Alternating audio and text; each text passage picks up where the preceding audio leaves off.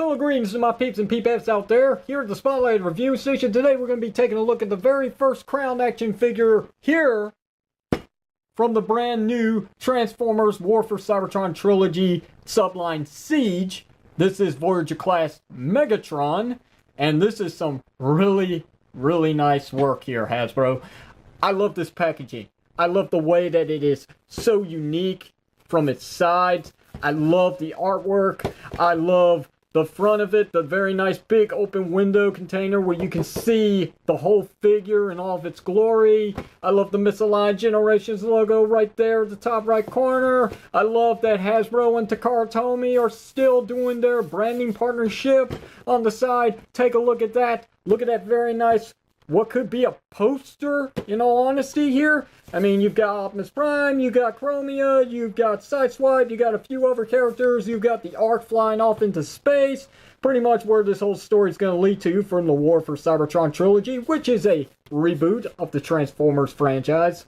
And as you can see, we also have the authentic Transformers stamp, which, to remind you, if it doesn't say authentic, it's a knockoff. But that's not all. Down below, we also have an authentic Transformers stamp, right?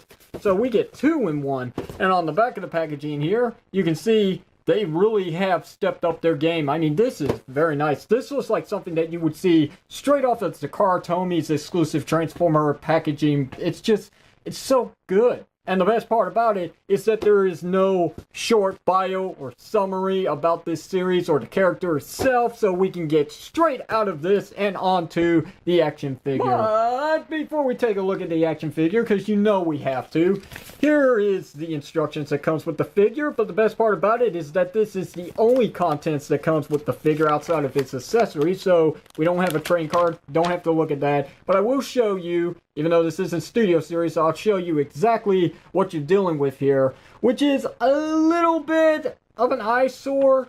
I mean, especially if you have some very bad eyes like I do. I mean, you're not really going to see this too well, but you can see they tried something here, but the colors, it's just a bad choice here.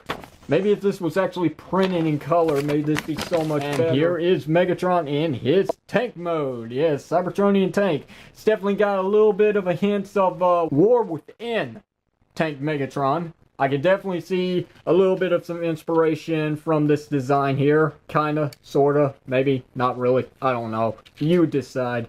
But as you can see, he's got a very long barrel here that doesn't go too far out, so it doesn't look that silly. But, hey, to a good point here, you do have a complete 360 rotation on the turret. Sadly, though, with the way that this is actually attached, you cannot really get any good up and down movement. You get a tiny smidge. That's it. That's as far as you're going to get. And it's all because of a certain feature, which I will go ahead and showcase here. You can pull this out, and as you can see, we got this blade piece here that will flip around like so. And actually, it will do you much better if you actually split these bits apart like that, because they're on swivels. Then you can bring this in. You see a tab right there and a hole. Tab it in, clip back the front piece, and as you can see, we got what is supposed to be like an influence to the Generation 1 Megatron action figure that came with that chrome sword. This is kind of like that, but I don't really see it. But yeah, anyway, that's something you can do. Slot this sucker back in. Make sure that this peg is lined up straight with the hole of the barrel of the gun, and there we go. So now that we got Megatron completely assembled back in his tank mode, let's go ahead and take a look at some of the features that is being offered here. Outside of a full 360 rotation at the turret, which again is very nice, we do have some real working wheels down below, which all Transformer figures should if they have wheels.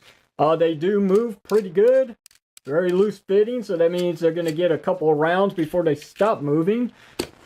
And if this was on a much sturdier ground, instead of this very glossy paper here, yeah, maybe I might be able to get this to roll pretty nice, but it's kind of catching. Regardless of what anybody thinks, this is a very nice tank mode, but, you know, I understand people say you've seen one Tank Megatron, you've seen them all. Well, not exactly, so let's dare to compare some more Tank Megatrons that we've had in the past, because he can't be a gun anymore. Not even a Nerf gun, which is kind of sad. Womp, womp, womp. But, yep, anyway, here we have the Titans Return Voyager class Megatron. compared to the Combiner Wars Leader Class Megatron, compared to the brand new Voyager Class Megatron from Siege. And one last comparison that I have in store for you, just because I really love this thing. Here's a look at our brand new Voyager Class Megatron from Transformers Siege compared to Mars Converter's Battle Tank. So moving right along to the transformation of this action figure, the first thing we're going to do is we're going to remove, once again, the barrel of the turret of the tank, which should come out very easily. And we shall reset this back to its sword mode. And now that it's back to sword mode, let's put it away. We'll come back to it later on and get straight on to the transformation of Megatron from tank to robot mode. Now, I've only done this a couple of times, so bear with me if I forget a couple of things here. But you'll notice, because some things won't line up just right if I don't do it right.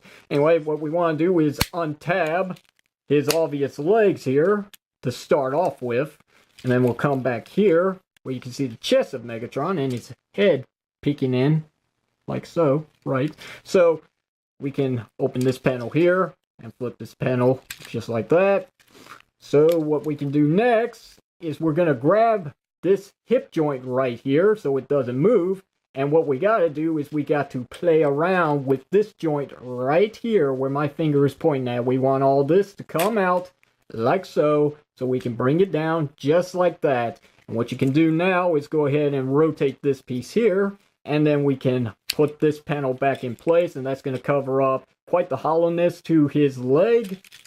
Let's do the same thing on this side here. We're going to grab this piece and hold it down, so all that's moving is just this hinge right here where my thumb is moving. Let's get that to come out. It's very tight on this leg here, just like that.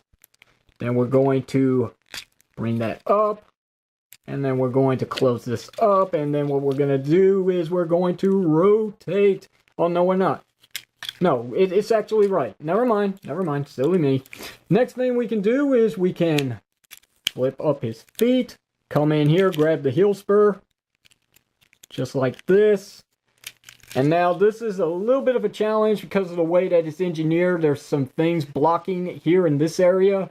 So if you're not careful, you might actually pop this off. But if you can find that very nice spot where you can get enough clearance, you should be able to get the heel spur to flatten out just like that. And it stays locked into place. Let's do that again on this side here. Be very careful. Try to push it in as you move it up. And there we go. Now that that's complete, rotate the waist section. And there we have a good portion of Megatron already complete. Let me readjust the camera and we'll continue on from here. Now that I'm satisfied with the position of the camera here, let's go ahead and continue on the transformation. What we want to do is we want to take this entire section here, which we're going to grab, and we're going to untab it from down here, which, you know, it slides, just to let you know, in case you didn't know. So what we're going to do next is now we're going to split these two bits apart, so we can take this panel here, and we're going to flip this all back. Might have to force it out. It's very tight, but it can be done. And then we're going to take all this, and we're going to flip it up like that. Just like that. Okay. Then we're going to take this panel piece here, where I got this hinge right here where my thumb's at. We're going to flip this all straight like this. And we're getting somewhere. Yes, we are. Next, what we're going to do is we're going to come about grabbing Megatron's obvious arms here. We're going to untab from the barrel of his cannon, and we're going to swing all this forward just like this, but stop right here for a moment, because what we got to do next is work with the backpack. His tank treads tab in right here to create his backpack. Now we should have enough clearance to take this whole section here and swing it down like so, and then this section is going to fold down. It's going to tab in from this tab right here and here to these slots right here and here. Very hard to see, but they're there, and that should clear up things on the back. Next thing to do is to flip out the hands of Megatron and make sure they clip into place. If they do, this one does not like to clip into place. It's free moving. That's just my figure. Your results may be different. And then rotate down the forearm cannon and readjust everything to your liking, just like so. And then what we want to do is straighten up the head and neck of Megatron, because it's, we'll talk about it in just a moment, but regardless, there you go.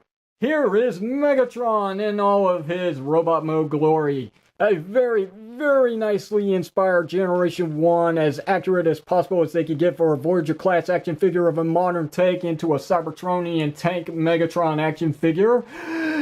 But yes, he looks really nice. This is probably one of the coolest looking Megatrons we've ever had. However, having said that, well, actually, first of all, I missed a step in the transformation. No wonder it looked kind of awkward, but his shoulders here are actually on these tabs that do go into a slot in here, so they actually do tab into place and stay locked into place. There we go. Now he's completely transformed. So Megatron looks really good, but he's not as good as I was hoping it would actually be. Don't get me wrong, this is a very nice start when it comes to this brand new War for Cybertron trilogy that Hasbro is offering us.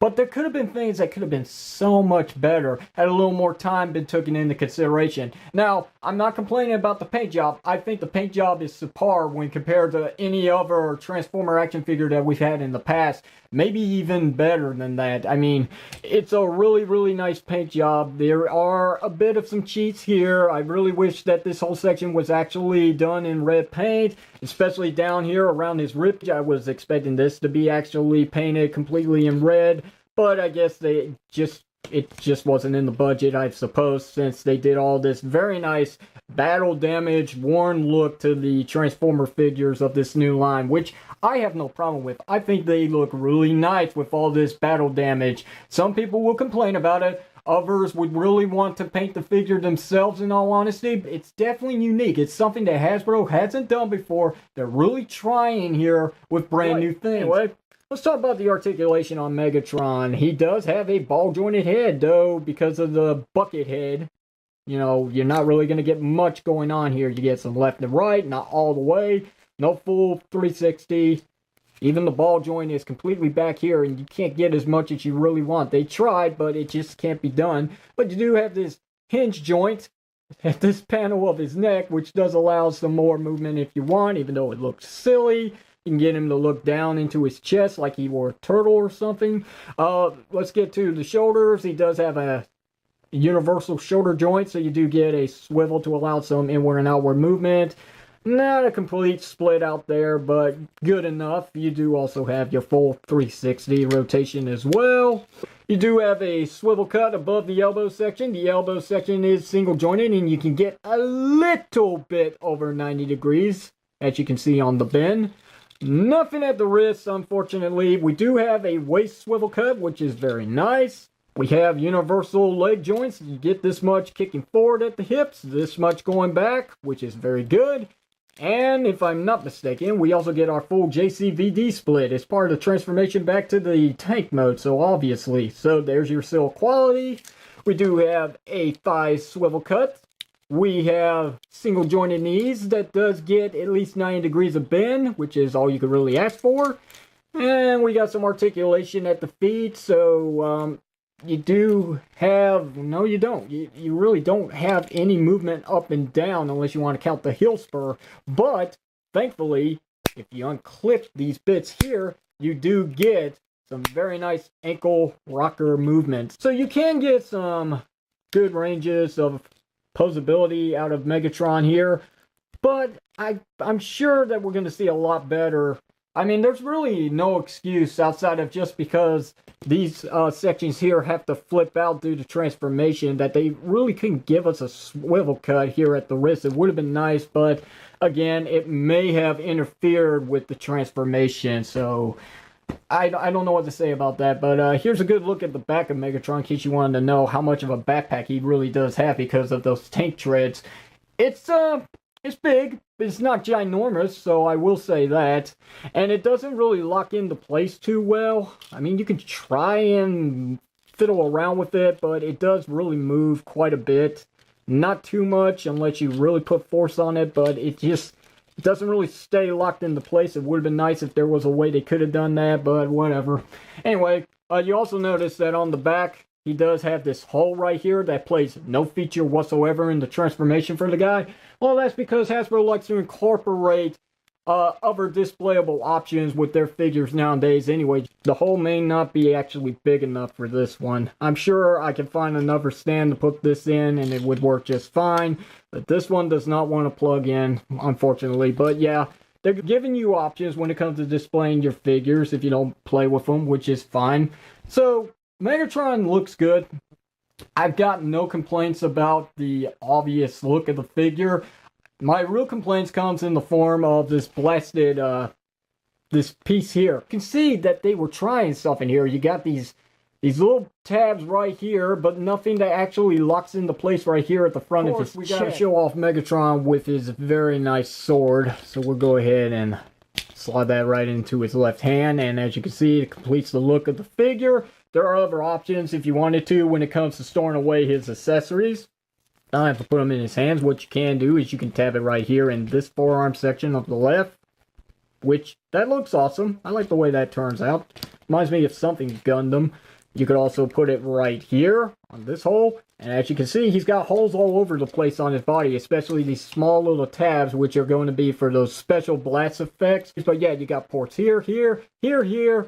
You got maybe even the screw hole right here. Let's try the screw hole. Well, maybe not that one. Let's try the one on this side here because it doesn't have a forearm cannon in the way. Yeah, that actually works too. So yeah, you've got plenty of options on where you want to store away his sword. The option there at his legs, maybe even under the legs, which why would you do that? But if you want him like, I don't know, back flipping and slashing an Autobot in the face with a sword, you can do that. It's an option. You just do whatever you want with your figure. Little bit of some quality control issues on my figure is just that this section here doesn't like to tab in too well, because as I can show you real quickly, this one likes to just clip right back into place. No problem. See? Could have sworn they were going back to light piping, but Megatron does not have it. His eyes are nicely painted, so is his brows, which is very nice, and the face itself is decked out in a very nice silver paint as well. And again, the paint just all around just pops on this guy, especially with the combat damage. I really love the way this actually turned out. It's so nice. So, you know, I do have my nitpicks about the figure. Then again, what figure doesn't have nitpicks? Nothing's perfect. But as it stands right here, this is probably the best Megatron figure we've had in a long time from Hasbro and Takara Tomy, unless you count the Masterpiece Megatron, which will always be #1, even though I don't collect the Masterpiece series. But as this stands, if you're looking for a very good Voyager class Megatron, this is it. This is the be-all to end-all until something else comes up. Right. We've had some winners in the past, but this one definitely takes the top. This one's got the championship belt, in my opinion. So let's go ahead and put him back just a little bit more so we can dare to compare here with the Titans Return Voyager class Megatron and Combiner Wars Leader class Megatron. And as you can see, they all have their very nice looking profile, but when it really comes to it, this Megatron definitely the best. But again, as I said throughout this entire video review, it's a step in the right direction. We've long anticipated since the last trilogy of Transformer action figures, which were quite the letdown in the end. But this is not bad. This is really good, and hopefully this is exactly the direction that Hasbro was looking for, just as we consumers are when it comes to some very nice Transformers figures. Until we get to the redecos, which I'm sure is not that far off. Anyway, that's going to do it. So, can I say that this is a $50 price action figure? No, I don't think so. Just buy your time until they start popping up in stores. Now, if you can get one for at least 30 bucks, yeah, by all means, then pick it up because he is worth it. Questions or comments? You know what to do. Hit it down below in the comment section of the video. If you like today's video review, hit the thumbs up button. Don't forget to give me a sub up. If you didn't like it, hit the thumbs down. Don't forget to throw in the towel. Also, don't forget to hit the subscribe button or the bell icon if you want to stay updated with more videos that are on the way. Until then, this is Hasbro signing off by saying, when the opportunity persists, don't give up on your dreams. Siege the moment. Thanks for watching.